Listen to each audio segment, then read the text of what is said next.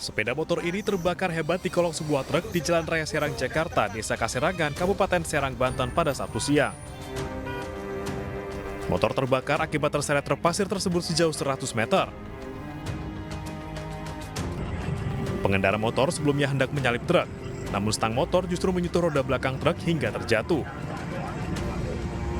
Motor kemudian masuk ke kolong dan terseret, sementara pengendara motor berhasil melompat dan selamat dari maut.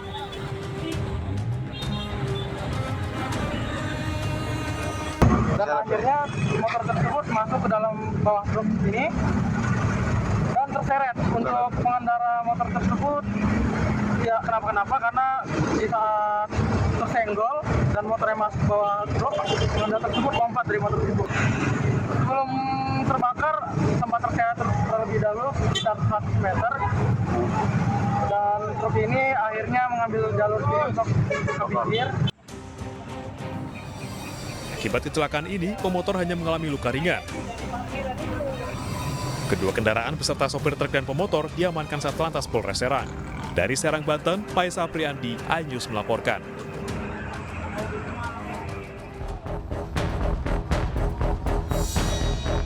Petugas gabungan di Tipit Narkoba Bareskrim Polri, Ditres Narkoba Polda Jawa Barat, dan Bea Cukai Kementerian Keuangan menggelar razia tempat hiburan malam di Jalan Sukajadi, Bandung, Jawa Barat. Petugas mendapati 3 orang positif menggunakan narkotika jenis amfetamin dan ekstasi. Ketiganya adalah pengunjung dan seorang karyawan yang merupakan koordinator pemandu lagu. Sementara itu, petugas Bea Cukai menyegel lebih dari 900 botol minuman keras lantaran diduga menggunakan cukai pita palsu. Petugas gabungan melanjutkan razia tempat hiburan malam di Jalan Braga, Kota Bandung. Petugas menyita 108 butir pil ekstasi dan paket klip sabu dari pengunjung dan 9 orang pengedar narkoba yang merupakan karyawan yang bekerja di lokasi tersebut. Mereka mengedarkan narkoba dengan berkeliling ke setiap ruang-ruang karaoke.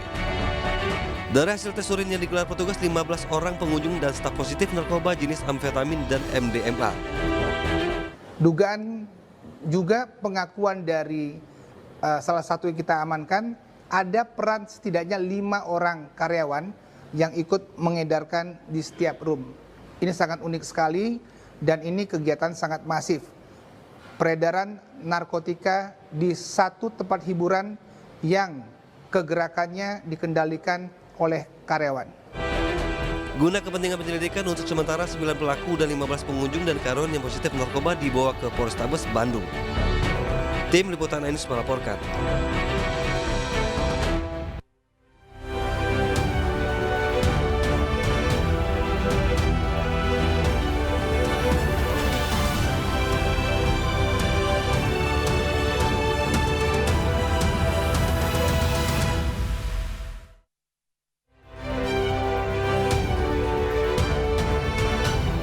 Seorang pria tega menganiaya seorang balita berusia 3 tahun hingga mengalami patah tulang leher. Tidak bisa menjaga ketertiban, warga Aceh tolak pengungsi Rohingya.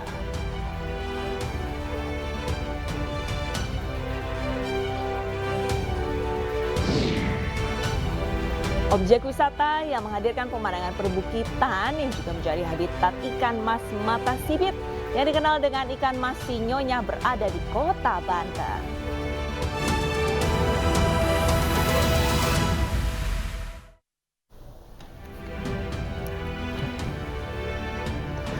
Halo, selamat siang pemirsa. Apa kabar Anda di akhir pekan kali ini? Senang sekali saya Pram Senja dan rekan saya Arlista Hadi kembali hadir menemani Anda dalam iNews Siang hari ini pemirsa. Selain 3 berita utama tadi, iNews Siang juga akan menyuguhkan beragam informasi penting lainnya. Dan pemirsa, siang kali ini kami awali dari Bandung, Jawa Barat. Diduga hendak balap liar, 2 orang remaja kritis usai menghantam truk towing atau truk derek. Korban langsung dilarikan ke Rumah Sakit Hasan Sadikin Bandung.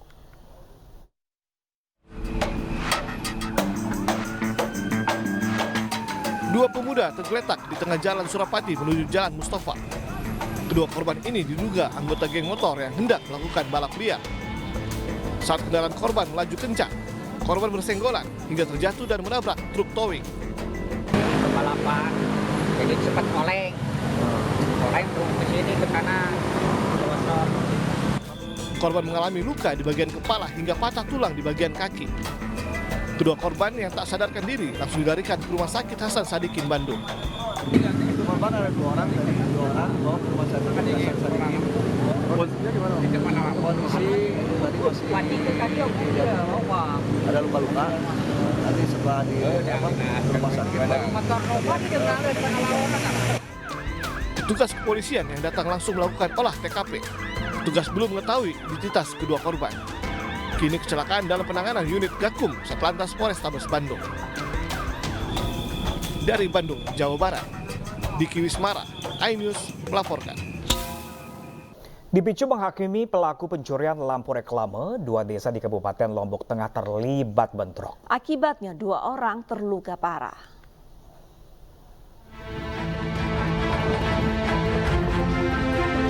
Dua desa dari Kecamatan Pucut, Kabupaten Lombok Tengah, yakni Desa Ketare dan Desa Segalanyar, terlibat bentrok.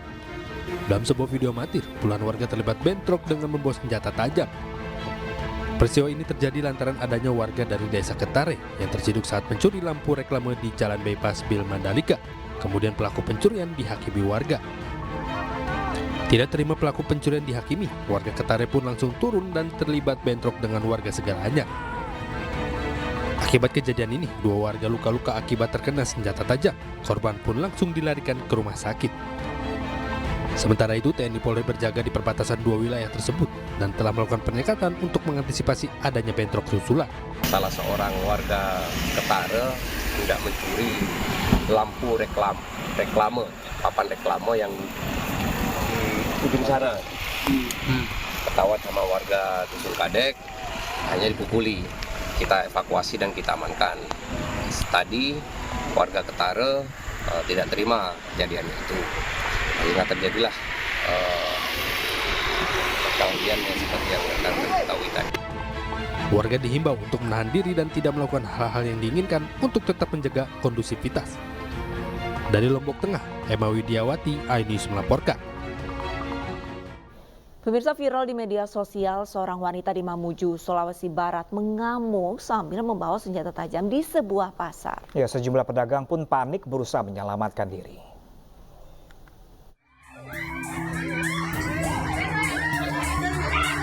Sejumlah pedagang di Pasar Tasio Mamuju, Sulawesi Barat panik dan berlarian pada Jumat pagi. Mereka khawatir diserang seorang wanita yang mengamuk sambil membawa parang. Tidak hanya mengancam pedagang, wanita tersebut juga mengobrak-abrik barang dagangan. Sebelum mengamuk di pasar, wanita mengalami gangguan jiwa tersebut hendak diamankan anaknya untuk dibawa ke rumah. Ini dalam gangguan artinya dalam gangguan kejiwaannya terganggu. Oh, dia juga. Iya. Sehingga anaknya yang laki-laki mau mengamankan ke rumah. Begitu. Tapi ibu ini menolak sehingga berlari ke pasar dengan membawa sebilah parang, tapi anaknya sendiri yang ditemani berselisih. Wanita tersebut diamankan petugas Polsek Kaluku untuk kemudian dibawa kembali ke rumahnya. Dari Mamuju, Sulawesi Barat, Frendi Christian, iNews melaporkan. Warga hancurkan rumah pimpinan pondok pesantren yang mencabuli 15 santrinya di Purwakarta. Selengkapnya sesaat lagi pemirsa, jangan kemana-mana, tetaplah bersama kami di iNews.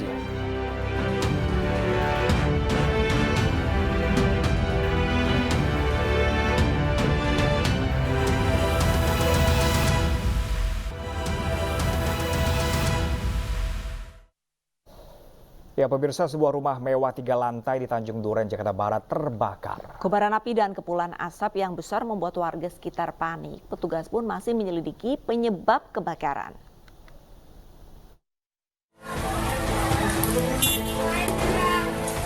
Warga merekam saat sebuah rumah mewah berlantai 3 yang berada di Jalan Derima Raya, Tanjung Duren, Jakarta Barat terbakar Sabtu sore.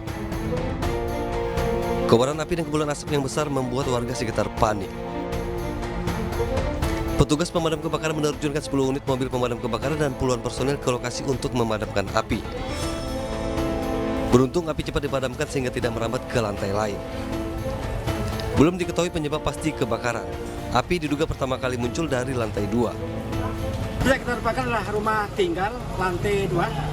Berapa lantai Pak ini rumahnya Pak? Untuk rumah ini 3 lantai, namun mobil yang terbakar di lantai 2.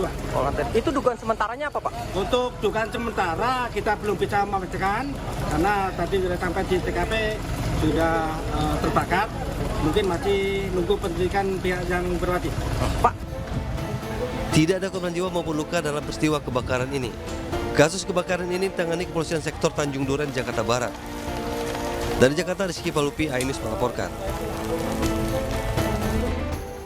Pemirsa, tidak terima warga mereka menjadi korban pimpinan pesantren yang cabul masa merusak rumah pelaku di Purwakarta, Jawa Barat. Ya, pelaku berhasil melarikan diri, satu warga mengamuk.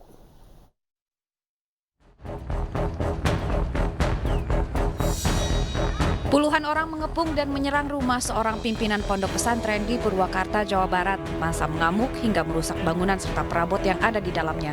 Warga kesal karena pimpinan pesantren tersebut diduga telah melecehkan 15 santri yang berada di lingkungan mereka. Kasus pelecehan seksual oleh pimpinan pesantren terungkap usai sejumlah korban mengadu pada orang tua.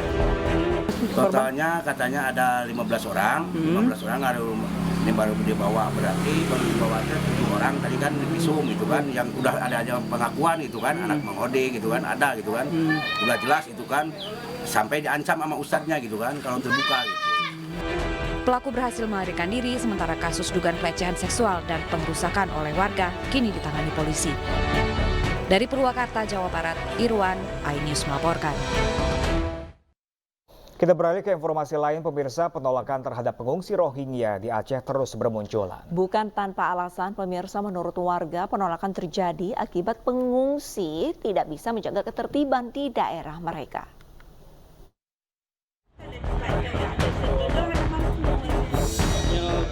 Polres Pidi Aceh menangkap terduga penyelundup etnis Rohingya ke Aceh.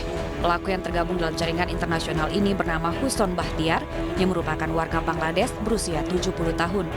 Sementara 3 rekan Huson berhasil melompat dari kapal dan melarikan diri ke hutan. Ketiga pelaku kabur usai mendaratkan satu kapal bermuatan 194 Rohingya di kawasan pesisir pantai Gampong Belang Raya, Kabupaten Pidi, Aceh pada 14 November 2023 lalu. Pelaku mematok tarif Rp7 juta untuk penumpang anak-anak dan Rp14 juta untuk penumpang dewasa. Atas aksi mereka, para agen meraup keuntungan lebih dari Rp3 miliar. Aksi ini membuat mereka meraup keuntungan lebih dari Rp3 miliar. 14 November yang lalu, di mana ada beberapa orang dari kapal yang lompat ke daratan langsung lari menuju arah hutan, menuju arah semak-semak dan sebagainya. Namun ada satu orang yang bisa ditangkap oleh masyarakat.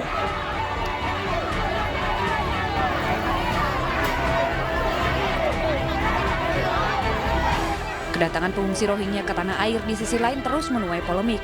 Seperti warga Aceh yang menolak kehadiran etnis ini dengan alasan warga Rohingya tidak bisa menjaga ketertiban di wilayah mereka.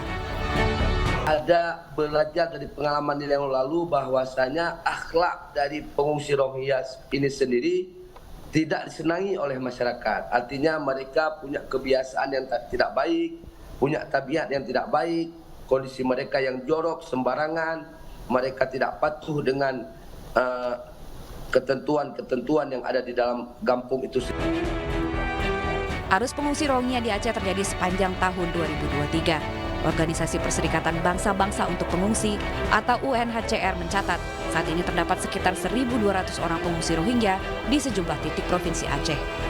Pengungsi diberi tempat tinggal dan konsumsi hingga dipastikan seluruh kebutuhan mereka tercukupi. Tim Liputan iNews melaporkan.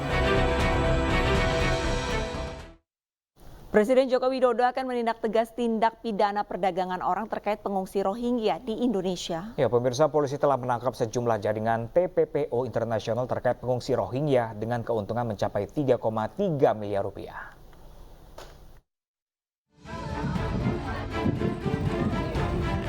Membludaknya pengungsi Rohingya sejak pertengahan November 2023 di sejumlah pantai di Provinsi Aceh kini menuai polemik.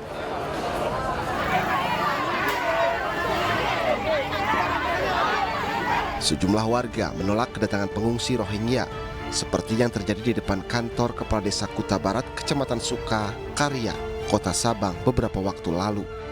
Aksi warga menuntut pemerintah daerah dan UNHCR segera memindahkan 139 warga Rohingya berujung ricuh. Massa tak puas dengan kinerja UNHCR dan pemerintah karena dianggap lamban dalam penanganan pengungsi Rohingya. permasalahan banyaknya pengungsi Rohingya yang masuk ke Aceh mendapat perhatian dari Presiden Joko Widodo. Presiden menyebut ada dugaan tindak pidana perdagangan orang terkait semakin banyaknya jumlah pengungsi Rohingya yang masuk ke Indonesia.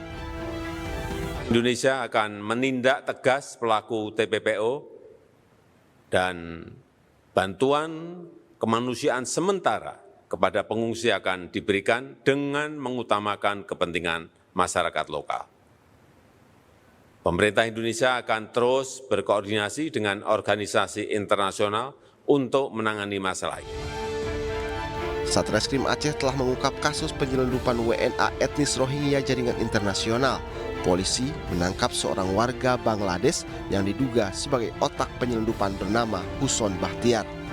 Kami melakukan penyelidikan sehingga kita mendapatkan keterangan-keterangan bahwa mereka masuk ke Indonesia ini dengan membayar kepada agen, dan diketahui bahwa yang lari-lari itu bagian daripada agen. Kapolres Pidi menyebut tersangka membawa para pengungsi Rohingya dari Bangladesh ke perairan Aceh Indonesia dengan menggunakan kapal kayu.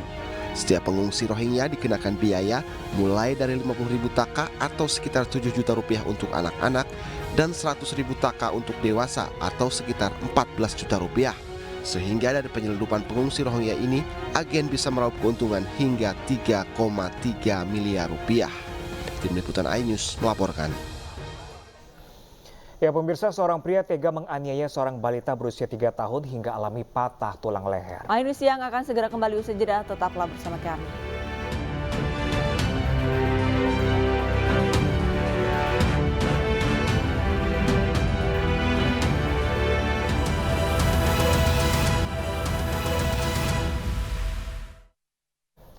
Pemirsa, polisi menetapkan Panca Darmansyah, ayah yang membunuh 4 anaknya serta menganiaya istrinya sebagai tersangka. Ya, pemirsa, tersangka mengaku menghabisi nyawa korban dalam keadaan sadar. Kasus pembunuhan terhadap 4 anak yang dilakukan oleh ayah kandungnya di Jalan Kebagusan Raya, Gang Roman Jagakarsa, Jakarta Selatan menemui titik terang. Selain menetapkan tersangka, polisi juga mengamankan barang bukti, ponsel, dan laptop. Tersangka mengaku merekam saat ia menghabisi satu persatu korban dengan cara dibekap. Tersangka mengawali pembunuhan dari anak yang paling kecil usia 1 tahun hingga si sulung yang berusia 6 tahun. Setelah itu tersangka menyusun korban di tempat tidur.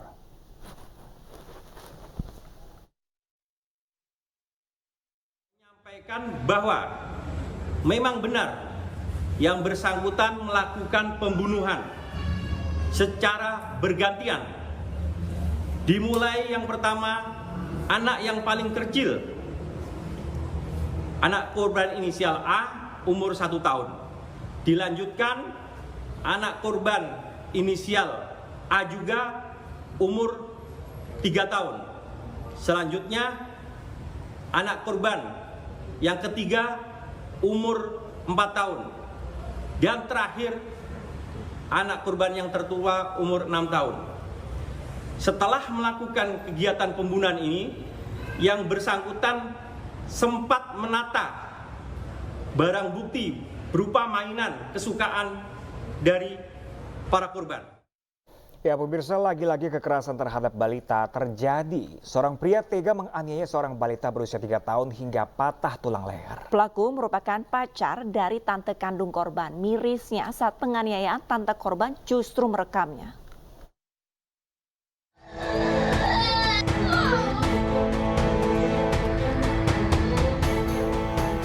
Aksi penganiayaan terhadap bocah berusia 3 tahun ini viral di media sosial. Mirisnya, penganiayaan ini direkam langsung oleh tante kandung korban.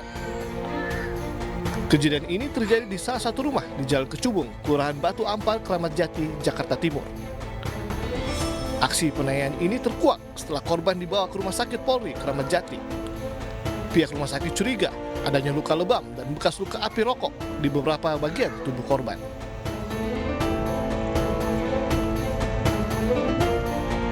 Ada laporan bahwa tinggal di situ gitu. Dan ternyata diduganya itu ya pas anaknya dibawa ke rumah sakit Polri, mungkin baru ketahuan di situ kali. Itu anaknya dibawa ke rumah sakit Polri karena diapain Pak? Dia kurang tahu dah, ya kurang tahu. Kalau menurut kata-kata kalau mungkin menurut dari pihak polisian sih terjadi KDRT ke anak ini ya? Iya. Diketahui korban berinisial HZ dititipkan oleh orang tuanya yang bekerja di luar negeri ke tetanganya yang masih berusia 17 tahun. Tante korban yang sudah tinggal bersama dengan pacarnya baru tinggal di daerah Kecubung 2 bulan terakhir. Mirisnya, penganiayaan terhadap korban sudah terjadi sejak bulan pertama, tetapi tetangga tidak ada yang berani menegur. Kini para pelaku, yaitu tante korban dan pacar tantenya, sudah ditangkap guna pemeriksaan lebih lanjut. Dari Jakarta, Rio Manik, iNews melaporkan. Pemirsa, untuk mengetahui informasi lebih lanjut, kami sudah terhubung dengan rekan kami Ayu Pratiwi di lokasi kejadian, yaitu di Jalan Kecubung, Kelurahan Batu Ampar, Keramat Jati, Jakarta Timur. Selamat siang Ayu, bagaimana kondisi di sana saat ini? Apakah benar para pelaku ini sudah ditangkap polisi? Ya, selamat siang Arlista Pram dan juga pemirsa. Benar sekali bahwa saat ini untuk pelaku sudah diamankan oleh aparat kepolisian, dan untuk saat ini yang ada di tempat kejadian, yaitu tempatnya saya berada, saat ini memang masih belum dipasang garis polisi, dan saya akan mengajak Anda pemirsa untuk melihat lebih dekat kamar yang menjadi saksi dari penganiayaan bocah berusia 3 tahun bersama juru kamera Ahmad Putra. Dan ini kamar yang ada di belakang, yang paling pojok ini adalah kamar yang menjadi saksi bisu di mana penganiayaan bocah berusia 3 tahun terjadi. Di kamar inilah bocah berusia 3 tahun dianiaya selama 2 bulan lamanya. Dan memang kita tidak bisa masuk ke dalam karena keadaan dari pintu ini masih terkunci, dan hingga saat ini memang kamar ini sejatinya masih diamankan oleh pihak kepolisian, dan sebetulnya kita juga tidak diperkenankan untuk terlalu dekat. Namun karena belum dipasang garis polisi, dan kami juga tadi sudah meminta izin dari pihak RT dan juga pemilik dari kontrakan sehingga kami bisa ada di sini. Dan saya akan mengajak Anda pemirsa untuk mengetahui secara lebih detail dan lebih jauh bagaimanakah saat terjadinya penganiayaan tersebut. Sudah bersama saya ada narasumber saya, yaitu Mbak Asi. Mbak Asi ini merupakan warga, saksi mata dan sekaligus tetangga yang berada tepat di depan kamar dari para pelaku. Mari Mbak Asi ke sebelah sini, bisa ke samping saya, ke sebelah sini, mohon maaf. Baik, selamat siang Mbak Asi. Mbak Asi mungkin bisa diceritakan sedikit Mbak terkait kronologi, pada saat kronologi apakah Mbak Asi ada di kamar? Ada Mbak ya. Oke, baik, gimana Mbak pada saat itu? Apa ada suara teriakan atau ada suara pertengkaran atau seperti apa? Kalau suara teriakan nggak ada Mbak, cuma suara kayak tembok dador gitu aja udah. Nah lepas itu jelang berapa menit kemudian baru dengar perempuannya teriak-teriak. Terus aku keluar, lihat di kamar itu bocah udah terlentang di tempat, itu udah muntah darah. Nah, terus aku tanya kenapa itu bocah, katanya diinjak-injak sama lakinya, ditendang, diinjak gitu. Terus aku bilang bawa ke rumah sakit gitu, dia udah akhirnya dia dibawa. Selanjutnya lepas itu aku kurang paham Mbak. Baik. Tapi untuk kedua terduga pelaku ini Mbak, untuk kesehariannya gimana Mbak? Mereka tuh orangnya seperti apa? Dijelaskan mungkin. Orangnya tertutup sih Mbak, nggak pernah berkomunikasi sama lingkungan kayak di kamar-kamar gini kan. Nggak pernah dia tegur sapa, kalau nggak kita dulu yang negur baru dia nyapa. Ya. Tapi Mbak posisinya tahu mereka datang ini sekitar sudah berapa lama Mbak menempati kamar ini? Ya jalan 2 bulanan lah. Jalan 2 bulanan dia baru masuk. Lepas itu kan saya nggak tahu kan, saya kerja pulang malam berangkat pagi jadi kurang paham. Oke, baik. Yang Mbak Asi ketahui bahwa anak ini merupakan anak kandungnya, atau Mbak Asi tahu nggak kalau anak ini ternyata saudara dari perempuan yang tinggal di sini? Kurang tahu, taunya anaknya dia. Taunya suami istri dan anak. Udah. Selebihnya kurang paham. Mungkin bisa dijelaskan untuk anaknya sendiri, apakah sering keluar kamar bermain di depan atau mungkin sempat bermain ke kamar Mbak Asi juga, karena ini saya lihat juga kamarnya sangat berhadap-hadapan ya Mbak ya, begitu? Enggak sih Mbak, kadang kalau pas aku pulang gitu dia mungkin cuma nanya, ibu ada nasi, cuma gitu aja udah. Lepas itu nggak pernah dia tuh main keluar atau ke apa, nggak pernah. Baik, mohon maaf, nanya ada nasi untuk minta makan begitu? Iya. Oke, mungkin Mbak Asi bisa gambar anak balita 3 tahunnya ini tuh kondisinya badannya kurus atau gimana? Iya, badannya kurus gitu, terus mukanya itu agak pucat gitu loh.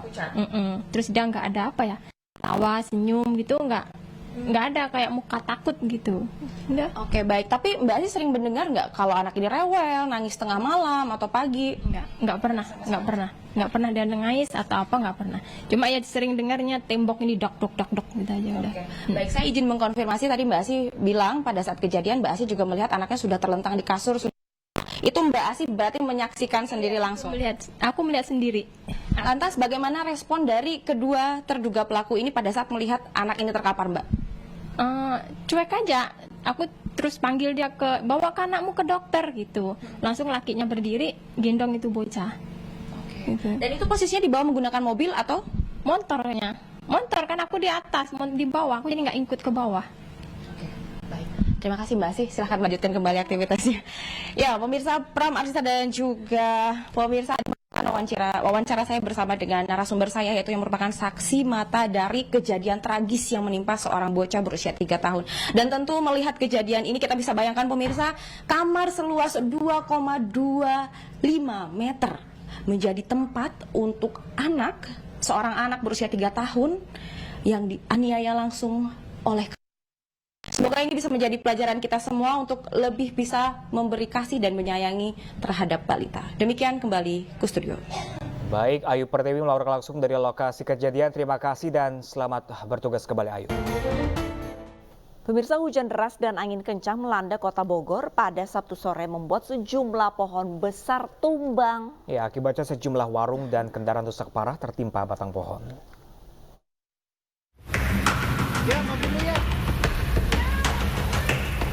Warga berusaha memindahkan batang pohon yang tumbang di Jalan Ahmad Yani, Kota Bogor, Jawa Barat pada Sabtu sore. Salah satu pemotor nyaris celaka. Motornya rusak di bagian stang dan lampu akibat tertimpa batang pohon.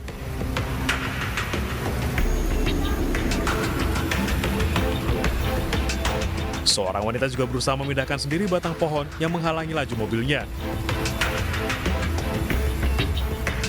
Ya, mobil saya ketimpa, tadi hujan deras, anginnya muter, tiba-tiba kaget ada pohon tumbang kena kap mobil. Ya ampun. Pohon tumbang akibat hujan deras dan angin kencang terjadi di 2 kecamatan, yaitu Tanah Sareal dan Bogor Utara. 2 warung di Jalan Kaum Luwuk porak-poranda dan membuat para pedagang tidak bisa lagi berjualan. 3 mobil juga ringsek tertimpa pohon yang tumbang. Tidak ada korban jiwa dalam peristiwa ini. Ya panik semua. Dan langsung pohon kicopong itu roboh langsung. Nimpa warung kue sama warung bubur nasi, kacang hijau. Itu 2 yang parah. Di sore hari ini terjadi hujan, disertai angin kencang. Dan mengakibatkan ada 9 kejadian. Sementara ada yang kami terima. Salah satunya terparah berada di Kecamatan Tanah Sareal, khususnya di Kelurahan Tanah Sareal. Jadi ada 7 kejadian pohon tumbang, 6 di Tanah Sareal dan 2 di Kecamatan Bogor Utara. Petugas BPBD dan Damkar berusaha mengevakuasi batang-batang pohon yang tumbang. Jumlah total pohon yang tumbang masih dalam pendataan. Dari Bogor, Jawa Barat, Adi Firmansyah, iNews melaporkan.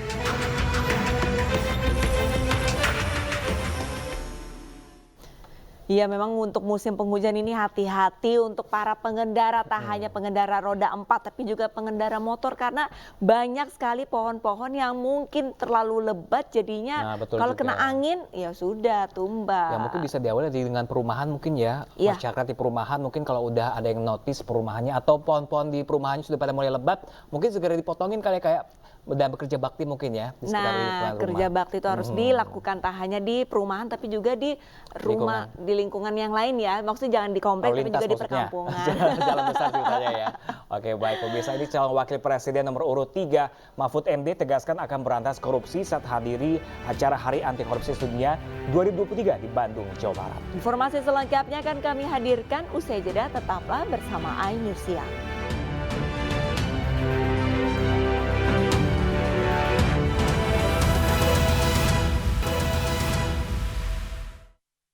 Pemirsa, kembali lagi di iNews Siang, ratusan warga Kota Bau-Bau saling dorong berebut paket sembako murah yang dijual di lapangan Kota Mara. Ya, pemirsa, pasar murah yang diadakan pemerintah Provinsi Sulawesi Tenggara ini dilakukan untuk menekan angka inflasi di Kota Bau-Bau.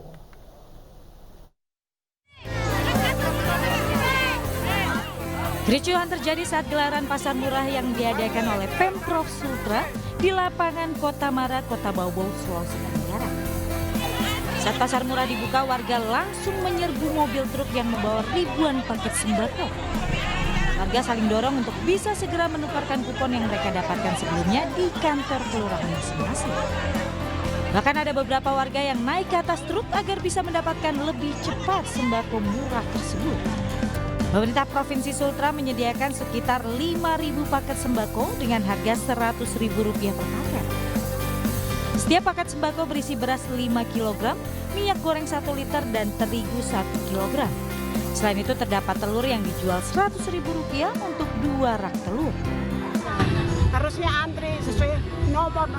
Kita tidak pilih katanya mau, kan 3 hari, kan bisa nomor sekian dan nomor sekian. Hari pertama nomor sekian, hari kedua. Jangan kayak begitu tadi.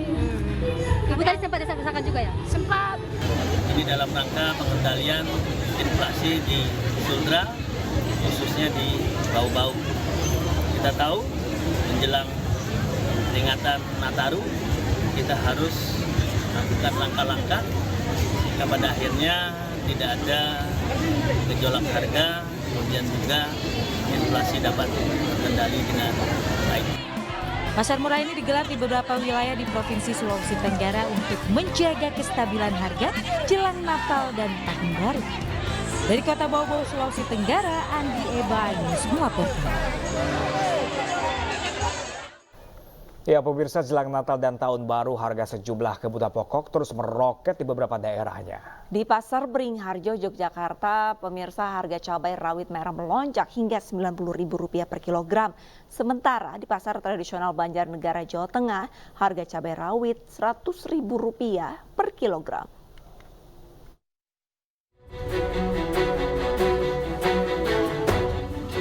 Di Pasar Tradisional Beringharjo, Yogyakarta, harga cabai rawit merah semakin pedas dan telah menembus Rp90.000 per kilogramnya. Padahal seminggu sebelumnya harga cabai rawit masih di kisaran Rp60 hingga Rp70.000 per kilogram. Akibatnya pedagang mengeluh sepi pembeli dan membuat omset menurun drastis. Guna meminimalisir kerugian, para pedagang menyiasatinya dengan mengurangi stok pulakan dari petani. Karena harga mahal ya kita nggak berani beli banyak, pulak banyak itu nggak. Kita cuman kira-kira nanti besok itu laku berapa kilo. Kalau biasanya kalau pas murah itu kan habis 20 kilo itu ya. Kalau harga biasa nggak tinggi kayak. Kalau sekarang ya paling ya bawah 10. Biasanya nggak sampai segitu. Gitu ya. Biasanya cuma 13.000, 15.000. Sementara itu nasib yang sama dialami para pedagang dan pembeli di Pasar Tradisional Banjarnegara, Jawa Tengah. Tak tanggung-tanggung, kenaikan harga cabai rawit merah mencapai 100% lebih. Menurut para pedagang, sebelumnya harga cabai rawit merah dipatok seharga Rp45.000 per kilogram. Kini melesat naik hingga Rp100.000 per kilogramnya. Banyak warga mengurangi jumlah belanjaannya, bahkan para pemilik rumah makan menyiasati kenaikan harga cabai ini dengan membeli cabai kering. Tim Liputan iNews melaporkan.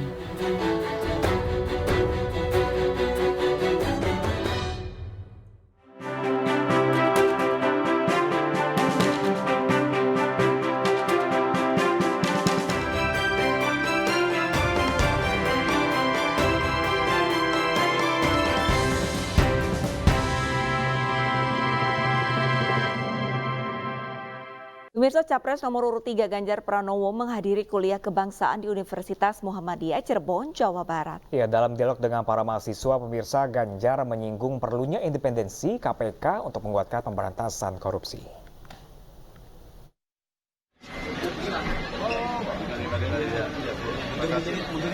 Calon Presiden nomor urut 3 menghadiri kuliah kebangsaan di Universitas Muhammadiyah Cirebon, Jawa Barat. Kedatangan Ganjar Pranowo langsung disambut antusias ratusan mahasiswa. Dalam kesempatan ini, Ganjar juga menyempatkan berdialog dan menjawab pertanyaan dari para mahasiswa terkait permasalahan korupsi di Indonesia.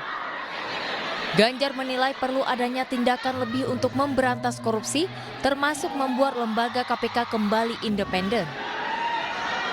Kita lakukan tindakan yang ekstra, penguatan KPK, bikin KPK makin independen, dan kita bawa pejabat yang koruptor ke Nusa Kambangan, agar kemudian dia bisa memahami, mengerti untuk tidak melakukan. Saya kira itu yang bisa kita dorong agar orang bisa tobat untuk tidak melakukan rakyat parah betul, dan pasti situasi ekonomi akan memburuk karena korupsi. Ganjar juga menilai perilaku koruptif bisa berdampak terhadap pendapatan penerimaan negara yang tidak optimal karena banyaknya perilaku oknum pejabat yang korupsi. Dari Cirebon, Jawa Barat, Toy Iskandar, iNews melaporkan. Sementara itu, pemirsa, calon wakil presiden nomor urut 3 Mahfud MD menghadiri acara Hari Anti Korupsi Sedunia 2023. Dalam kesempatan ini, Mahfud MD menegaskan pemberantasan korupsi harus dilakukan dengan benar-benar dan sungguh-sungguh.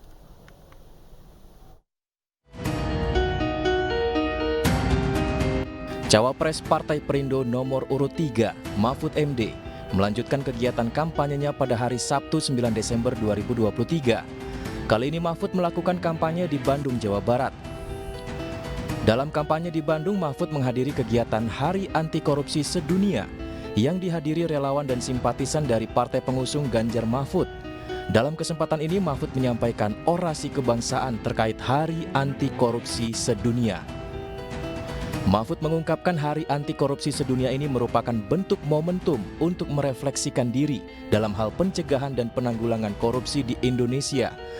Hari ini adalah Hari Anti Korupsi Sedunia. Tentu kita akan mempertegas langkah-langkah kita untuk menegakkan hukum dan memberantas korupsi. Dan untuk itu nanti kita perlu dukungan dari masyarakat, terutama anak-anak milenial. Oh, terbuka loh. Karena gini, saudara sekalian, korupsi itu adalah merampas hak-hak Anda semua. Mahfud menambahkan pasangan Ganjar Mahfud mempunyai sifat pemberani dalam melakukan pemberantasan korupsi, sehingga sudah semestinya para koruptor takut dengan pasangan nomor urut 3. Dari Bandung, Jawa Barat, Irfan Hardiansyah, Bagus Prasetya, iNews melaporkan. Pemirsa, Ketua Dewan Pakar Tim Pemenangan Nasional Ganjar Mahfud MD, Sandiaga Salahuddin Uno yakin pasangan nomor urut 3 mendapatkan suara signifikan di Sumatera Barat. Ya, Sandiaga berharap pendukungnya di Sumbar bisa memberi dukungan kepada Ganjar Mahfud. Sandiaga Uno yang menghadiri pelatihan digital marketing Partai Persatuan Pembangunan di Padang yakin pendukungnya di Sumbar cukup banyak. Berkaca pada Pilpres 2019 ketika dirinya menjadi cawapres Prabowo dan sukses meraih suara besar di Sumbar mengalahkan pasangan Jokowi Ma'ruf Amin kala itu. Sandiaga yang juga Ketua Badan Pemenangan Pemilu P3 juga optimis suara Ganjar Mahfud bisa mencapai target di Sumbar. Menurut Sandiaga, pasangan Ganjar Mahfud akan fokus pada keberlangsungan pembangunan dan aspek ekonomi sehingga dirinya optimis hati masyarakat di Minang bisa direbut pada pemilu 2024. Tinggi, terus saya melihat Pak Prabowo hadir, rasa haru. Saya melihat bagaimana perjuangan kita di 2019 dan dukungan masyarakat Sumatera Barat. Saya berharap sebagian dari masyarakat Sumatera Barat juga memberikan dukungan dan menjatuhkan pilihan dan Ganjar Mahfud bisa memenangkan hati dan pikiran dari masyarakat Sumatera Barat. Istri calon Presiden Ganjar Pranowo, Siti Atikoh Supriyanti, mengajak warga Tangerang Selatan, Banten untuk senam pagi bersama. Senam antusias diikuti warga sekitar. Bertempat di Situ Gintung, Tangerang Selatan, Banten, istri calon Presiden Partai nomor urut 3, Ganjar Pranowo, Siti Atikoh Supriyanti, mengajak warga Tangerang Selatan, Banten senam pagi bersama. Ratusan mak-mak menyambut antusias acara senam bersama ini. Acara senam disertai pemeriksaan kesehatan turut dihadiri caleg-caleg dari Partai Perindo. Ya, karena ini kan salah satu kita berkampanye untuk healthy lifestyle. gaya hidup sehat, salah satunya itu dengan olahraga, kemudian makanan yang berimbang. Ini dengan berolahraga kan juga ketemu dengan banyak orang, akan menciptakan juga silaturahmi dan mereka itu healing yang secara sederhana. Dan ini juga acaranya bagus sekali karena juga diintegrated. Prabowo Subianto mengunjungi korban erupsi Gunung Merapi di Kabupaten Agam, Sumatera Barat. Ya pemirsa, dalam kunjungannya ke posko evakuasi, calon presiden nomor urut 2 ini turut berbela-sungkawa serta mengapresiasi dan berterima kasih kepada para relawan yang bekerja tanpa pamrih demi kemanusiaan.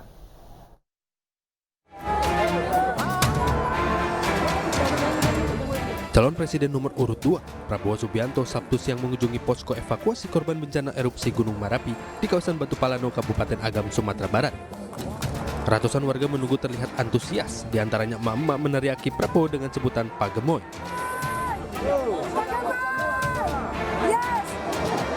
Di tenda pengaduan orang hilang posko erupsi Merapi, Prabowo menyampaikan rasa duka mendalam terhadap para korban baik yang berhasil selamat maupun yang meninggal dunia.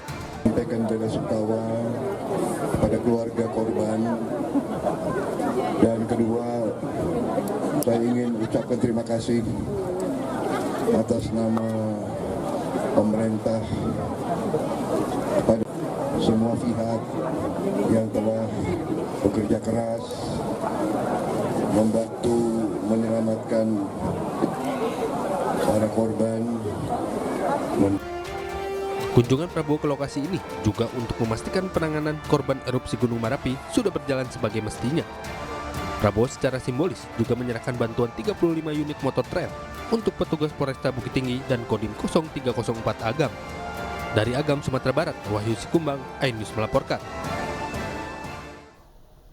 Sementara pemirsa, Cawapres nomor urut 2 Gibran Rakabuming Raka menghadiri acara tablik akbar di Pondok Pesantren Al-Baghdadi di Karawang, Jawa Barat. Calon Wakil Presiden nomor urut 2 Gibran Rakabuming Raka menyambangi Pondok Pesantren Al-Baghdadi di Karawang, Jawa Barat. Kehadiran Gibran dalam acara tablik akbar yang dihadiri 5.000 jemaah itu diketahui untuk bersilaturahmi dan memohon doa restu untuk kelancaran Pilpres 2024. Selain itu, pimpinan Pondok Pesantren Kiai Haji Junaidi Al-Baghdadi berharap Gibran mampu menjadikan Indonesia sebagai mercusuar dunia.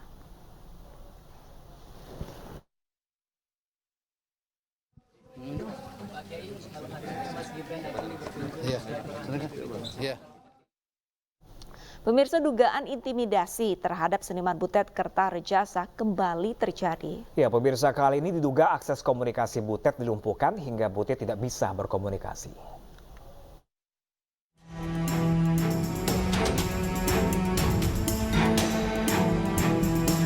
Seniman Butet Kertarejasa mengaku saluran komunikasinya di telepon seluler dan aplikasi WhatsApp lumpuh. Informasi ini didapatkan dari unggahan melalui akun Instagram Butet Kertarejasa. Dalam unggahan itu, Butet menyebut komunikasinya dilumpuhkan dan jika ingin menghubunginya hanya bisa mengakses komunikasi melalui nomor telepon rumah dan istrinya. Unggahan Butet juga menuai reaksi di kolom komentar akun Instagramnya.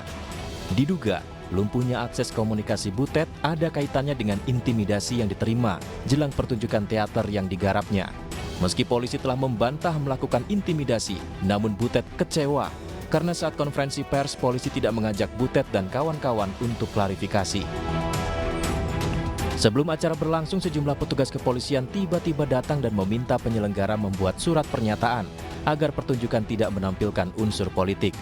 Selain perintah agar tidak menyinggung materi politik, surat tersebut juga mencantumkan komitmen penanggung jawab acara untuk tidak menyebarkan bahan kampanye pemilu. Butet dalam hal ini bertindak sebagai sutradara acara, menilai bahwa paksaan menandatangani surat itu adalah sebuah intimidasi.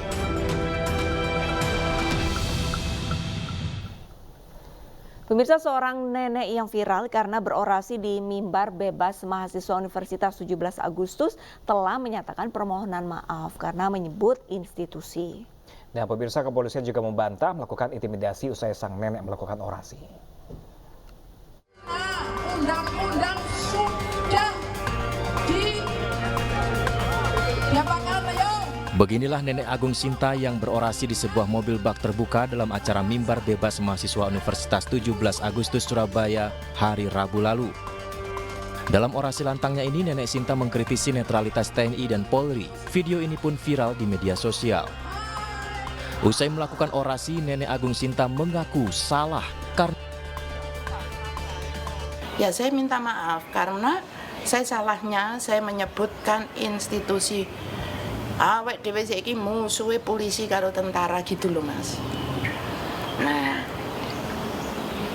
itu yang saya merasa salah dan saya sudah minta maaf kepada si Pak Intel itu tadi. Kepolisian juga membantah ada anggota yang dikirimkan ke rumah Nenek Sinta. Sama sekali tidak ada intimidasi atau perintah untuk mendatangi sang nenek. Ini saya tegaskan, saya pastikan bahwa itu bukan anggota Satintelkam Polres Batu.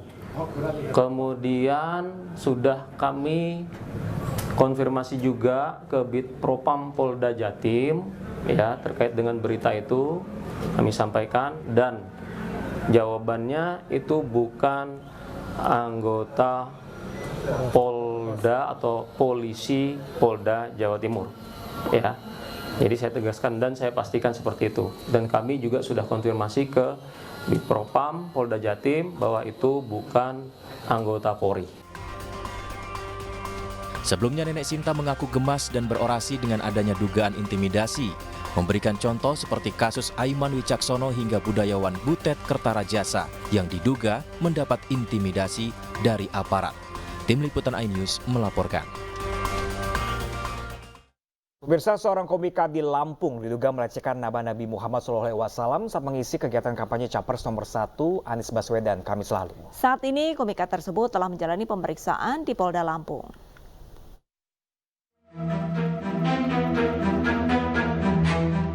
Video viral diduga menghina nama Nabi Muhammad ini diucapkan oleh komika Aulia Rahman dalam stand-up-nya di sebuah kafe di kawasan Sukarame, Bandar Lampung. Dalam materinya, ia mengatakan apa pentingnya arti sebuah nama seperti nama Nabi Muhammad yang jika dicek ada beberapa nama Muhammad di dalam penjara. Menyikapi kasus ini, Forum Komunikasi Pondok Pesantren Kota Bandar Lampung mengultimatum Aulia Rahman untuk segera menyampaikan permohonan maaf. Kalau sampai tidak ada niat baik kalian, Aulia Rahman untuk minta maaf oleh tokoh-tokoh agama, maka saya, Ketua Forum Pondok Pesantren Bandar Lampung akan melaporkan resmi sebagai jalur hukum penistaan agama ini. Ini udah masuk delik penistaan agama. Terkait hal ini, Aulia Rahman memohon maaf kepada umat Islam melalui media sosialnya. Saya ingin mengklarifikasi dan memohon maaf atas video yang beredar baru-baru ini terkait dengan materi saya di acara Desak Anies. Di materi tersebut, saya tidak ada maksud sama sekali menyindir Nabi Muhammad SAW. Saya hanya bermaksud menyindir orang yang sekarang ini banyak memiliki nama Muhammad, cuman beberapa di antara mereka kelakuannya tidak mencerminkan arti dari nama tersebut. Aulia Rahman mengaku menyesali perkataannya serta meminta maaf kepada seluruh umat Islam dan kepada siapapun yang cinta terhadap Nabi Muhammad SAW. Tim Liputan iNews melaporkan.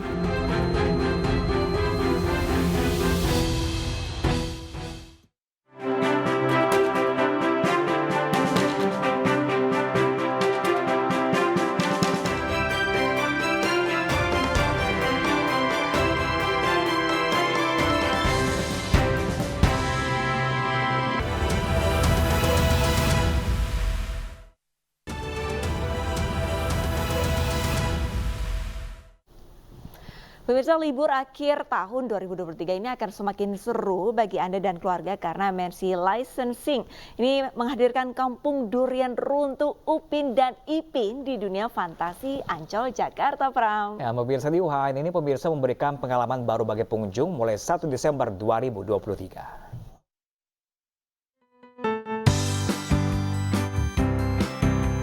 Wahana baru di dunia fantasi Ancol, yaitu Kampung Durian Runtuh Upin dan Ipin, semarakan libur akhir tahun 2023 bagi Anda dan keluarga. Wahana ini dihadirkan MNC Licensing bekerja sama dengan Dunia Fantasi Ancol di area Indoor Stek Dunia Fantasi Ancol mulai dari tanggal 1 Desember 2023. Kampung Durian, itu jadi nanti bagaimana pengunjung diajak ikut serta dia lihat bagaimana keceriaan, kegembiraan Upin Ipin di kampung Durian.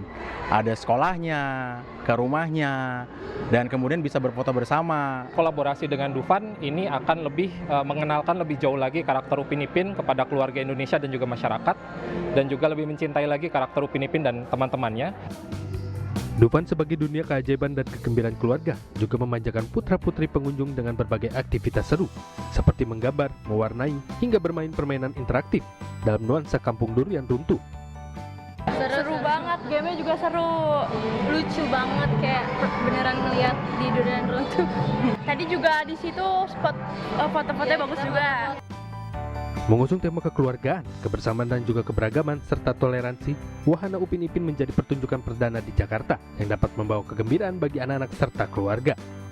Dari Jakarta, Anissa Septriani, Muhammad Zulkarnain, iNews melaporkan. Wisata alam di Pandeglang, Banten hadirkan pemandangan perbukitan dan habitat ikan mas mata sipit yang dikenal dengan ikan mas sinyonya. Ya, pemirsa, bagaimana keindahannya selengkapnya sesaat lagi, tetaplah bersama kami.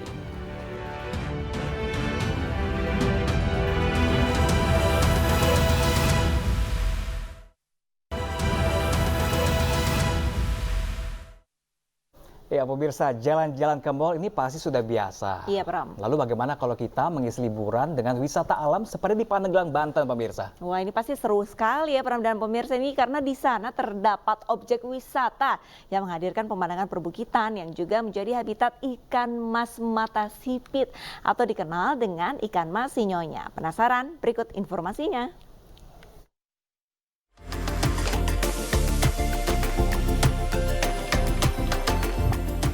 Kabupaten Pandeglang, Banten memiliki banyak lokasi objek wisata. Salah satunya adalah Bukit Sinyonya. Mengapa disebut Bukit Sinyonya? Karena di tempat ini ada fauna yang menarik, yakni ikan mas sinyonya yang dipelihara di atas bukit. Yang membedakan ikan mas sinyonya dengan ikan mas pada umumnya, yakni dari mata ikan mas yang sipit dan nyaris tidak terlihat. Nah, ikan itu adalah ikan mas sinyonya yang sengaja kita simpan di kolam sebagai edukasi juga. Terus juga itu salah satu daripada destinasi wisata ini kan sinyonya yang kita angkat. Jadi sinyonya ini yang kami katakan bahwa ikan peninggalan purbakala yang hampir punah dan secara indikasi geografisnya itu hanya ada di tempat kami. Sambil mengunjungi ikan mata sipit, pengunjung juga dapat menikmati keindahan alam sambil menunggu matahari terbit dan juga terbenam. Bagus banget ya? Iya, adem, datang ke sini kayak ngeliat ijo-ijo kayak gini ya. Apalagi terus ada tenang gitu. Di sini juga ikoniknya tuh faunanya itu ikan mas sinyonya. Iya, benar. Itu unik banget. Hanya dengan tiket Rp10.000, pengunjung bisa menikmati welcome drink, kopi asli Pandeglang, dan legitnya buah durian Pandeglang. Bagi pecinta memancing, disediakan juga arena memancing ikan mas sinyonya. Udara perbukitan yang sejuk pun membuat pengunjung betah berlama-lama di tempat ini. Bahkan pengelola menyiapkan tenda bagi para pengunjung yang ingin bermalam dengan menikmati keindahan kota Pandeglang dari atas ketinggian. Dari Pandeglang, Banten, Iskandar Nasution, iNews melaporkan.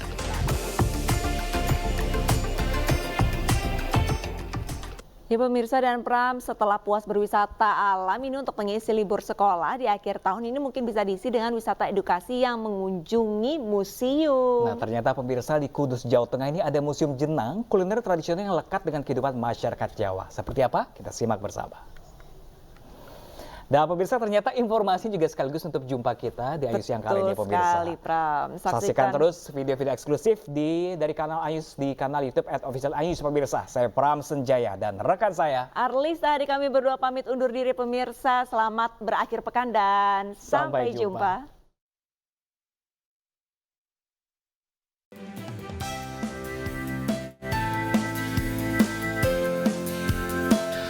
Masih bingung menentukan destinasi wisata saat libur sekolah dan libur akhir tahun? Ya, Museum Jenang Mubarok cocok menjadi tujuan wisata Anda bersama keluarga. Terletak di Kudus, Jawa Tengah, Museum Jenang juga telah menyabet rekor muri sebagai museum jenang pertama di Indonesia. Selain menyaksikan miniatur Menara Kudus dan rumah joglo khas Jawa Tengah, di tempat ini pengunjung juga bisa belajar pembuatan jenang, baik dari alat pembuatan hingga pencetus dari kuliner khas Jawa ini. Bahkan di sini juga dipamerkan mainan anak-anak tempo dulu yang membuat pengunjung anak betah berlama-lama.